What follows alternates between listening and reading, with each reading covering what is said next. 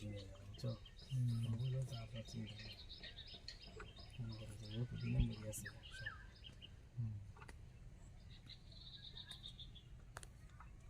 যাও।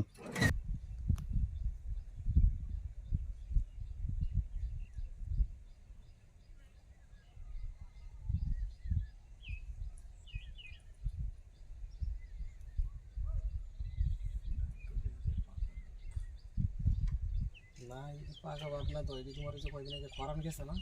এই করানে পাউডার দিয়েছে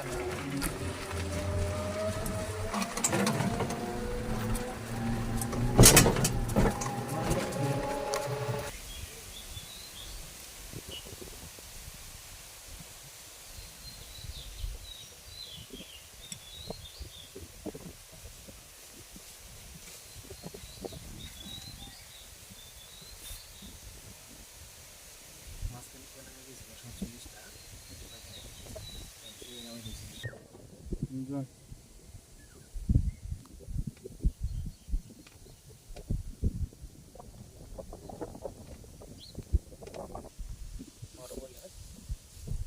আমার নাম মোহাম্মদ আরিফ হাসান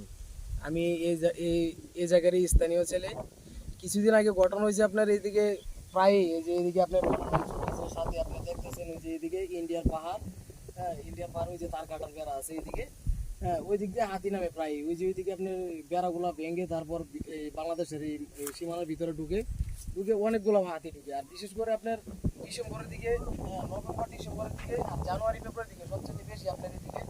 হাতির যে আপনার প্রভাবটা সেটা বেশি থাকে হাতি এক এক গ্রুপে আপনার 20টা 50টা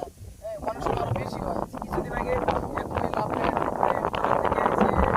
আরো মহিলা আছে তারা তো প্রায় পাহাড়ে যায় পাহাড় থেকে আসার সময় যখন আসে তখন শাকসবজি নিয়ে আসতেছিল তোমার হাতি ভিতর থেকে ওনার ওই যে ব্যাগ আছে আপনার ব্যাগের ভিতরে যে শাকসবজি রাখছিল ওটার ভিতরে ধরে টানতেছে উনি তো খেয়াল করে নেই মনে করছে পিছনে যে আরো লোকজন আছে ওনারা হয়তো টানতেছে ওরা পিছনে তাকায় দেখেন যে এই হাতিটা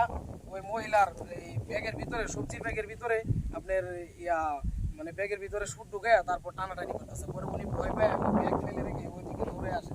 ওই যে এই দিক দিয়ে আপনার নাম ছিল আবার ওই যে আপনার ওই যে পশ্চিম সাইড পশ্চিম উত্তর সাইডে ওই দিক থেকে অনেক কয়েকদিন আগে 48টা নাম ছিল ওই যে বটতলার সাইডে 48টা ছিল আর এই দিক থেকে কয়েকদিন আগে আপনার 16টাই ছিল এই যে বাড়িগুলোর ভিতরে কয়েকদিন আগে মানে অনেক মানে সমস্যা গেছে তারা অনেক ভয়ে আতঙ্কের ভিতরে ছিল